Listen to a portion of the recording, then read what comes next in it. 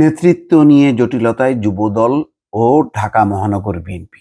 কিছুদিন আগে এই কমিটিগুলো বিলুপ্ত করা হয়েছে, ঢাকার ২ কমিটি এবং যুবদল ছাত্রদলের। এখন এই কমিটিগুলো পুনর্গঠনের বিষয় এসছে, কিন্তু কাদেরকে দিয়ে কমিটিগুলো পুনর্গঠন করা হবে তা নিয়ে বোধহয় নেতৃত্ব একটা দ্বিধাদ্বন্দ্বের মধ্যে আছে। আর সেই বিষয়েই হচ্ছে এই রিপোর্ট। এখানে বলা হচ্ছে সরকার বিরোধী আগামী আন্দোলন সামনে রেখে সংগঠন পুনর্গঠনের অংশ হিসেবে ঈদুল আজহার আগে জাতীয়তাবাদী যুবদল, ঢাকা মহানগর বিএনপি সহ একাধিক ইউনিটের কমিটি বিলুপ্ত করা হয়। ঈদের পরপরই সেখানে কমিটি গঠনের সম্ভাবনা থাকলেও 15 দিনেও নতুন কমিটি হয়নি। কমিটি গঠনে এই বিলম্বে নেতৃত্ব নিয়ে এক ধরনের জটিলতা দেখা দিয়েছে, ফলে সৃষ্টি হয়েছে নেতৃত্ব কেন্দ্রিক নানা সমীকরণ। এবং এর মধ্যে আজকে বিএনপির সমাবেশ হচ্ছে এই পরিস্থিতির মধ্যেই। দলের দায়িত্বশীল কয়েকজন নেতা বলছেন, ঈদুল আজহার পরই নতুন কমিটি ঘোষণার সিদ্ধান্ত ছিল, কিন্তু ঈদের পর দলীয় চেয়ারপারসন খালেদা জিয়া অসুস্থ হয়ে পড়ায় কমিটি কেন্দ্রিক তৎপরতা ঝিমিয়ে পড়ে।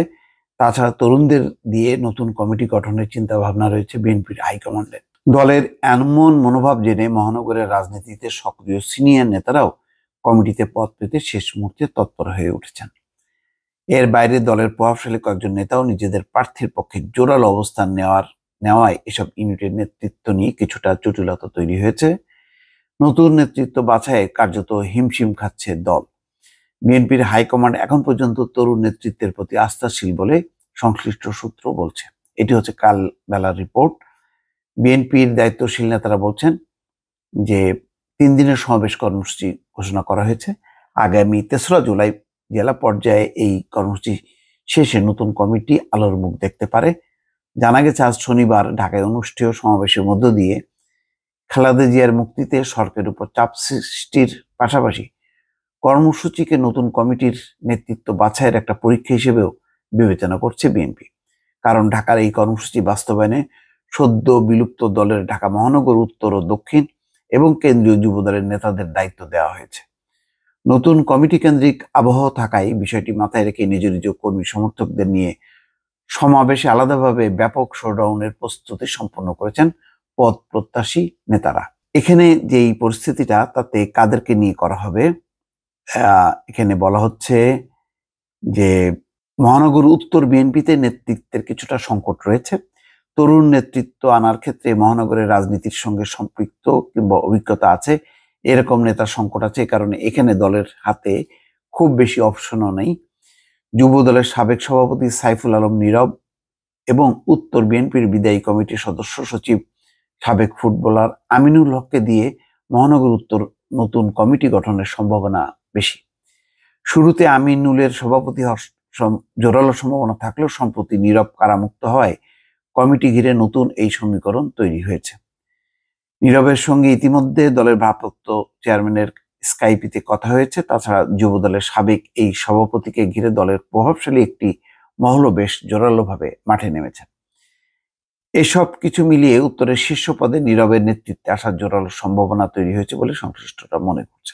অন্যদিকে উত্তরের নেতৃত্বে যুব দলের সাবেক সহসভাপতি SM জাহাঙ্গীরের নামও শোনা যাচ্ছে। এর বাইরে সাধারণ সম্পাদক পদে বিদায়ী কমিটির যুগ্ম আহ্বায়ক আনোয়ারুজ্জামান আনোয়ার, মুস্তাফিজুর রহমান সেগুন, AGM শামসুল আলম, আতাউর রহমান চেয়ারম্যান, মোস্তফা জামান, আক্তার হোসেন, উত্তর বিএনপির সাবেক যুগ্ম সাধারণ সম্পাদক M কফিল উদ্দিন আহমেদের নামও আলোচনায় আছে। উত্তরের বিদায়ী কমিটির দপ্তরের দায়িত্বে পালন করা ABM রাজ্জাকও পদ পেতে দৌড়ঝাঁপ করছেন। বিদায়ী কমিটির সিনিয়র সদস্য তাবি দাওয়ালের নামও আলোচনায় এসছে। তারা নেতৃত্ব প্রত্যাশী হলেও শীর্ষ পদে নাও থাকতে পারেন। দক্ষিণ বিএনপিতে নেতৃত্বের কোনো সংকট নেই। শুরু থেকেই বিদায়ী কমিটির সদস্য সচিব রফিকুল আলম মজনু সভাপতি এবং যুগ্ম আহ্বায়ক তানভীর আহমেদ রবিনকে সাধারণ সম্পাদক করে দক্ষিণে নতুন কমিটি গঠনের জোরালো আলোচনা রয়েছে। সম্প্রতি বিদায়ী কমিটির সিনিয়র যুগ্ম আহ্বায়ক নবিউল্লাহ নবীকে ঘিরে দলের একটি প্রভাবশালী মহল জোরালো তৎপরতা শুরু করেছে। দলের হাইকমান্ডকে নানাভাবে বোঝানোর চেষ্টা করছেন তারা। এতে করে সভাপতি পদে নবিউল্লাহর একটা সম্ভাবনা তৈরি হয়েছে। খোকাপন্থী হিসেবে পরিচিত নবিউল্লাহ মহানগর বিএনপি রাজনীতিতেও প্রভাব রয়েছে। সেক্ষেত্রে নবিউল্লাহ ও মজনুকে দিয়েও নতুন কমিটি গঠন করা হতে পারে। এদের বাইরে দক্ষিণ বিএনপির সাবেক সহসভাপতি হামিদুর রহমান হামিদ ও সাবেক যুগ্ম আহ্বায়ক হাবিবুর রশিদ হাবিব এবং বিলুপ্ত কমিটির সিনিয়র সদস্য ইশরাক হোসেনের নামও আলোচনায় এসছে।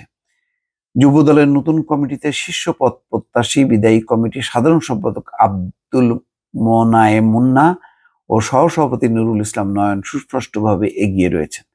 এখন যাই হোক, এখন এই সমস্ত কমিটি গঠনের মধ্য দিয়ে দল কতখানি সংগঠিত হবে, আবার আগের আন্দোলন কর্মসূচি যেটি ঘোষণা করেছে সেটা কতটুকু এগিয়ে নেওয়া যাবে এবং কারা উপযোগী হবে এটি একেবারে নিরপেক্ষভাবে চিন্তা করা এটা বেশ কঠিন।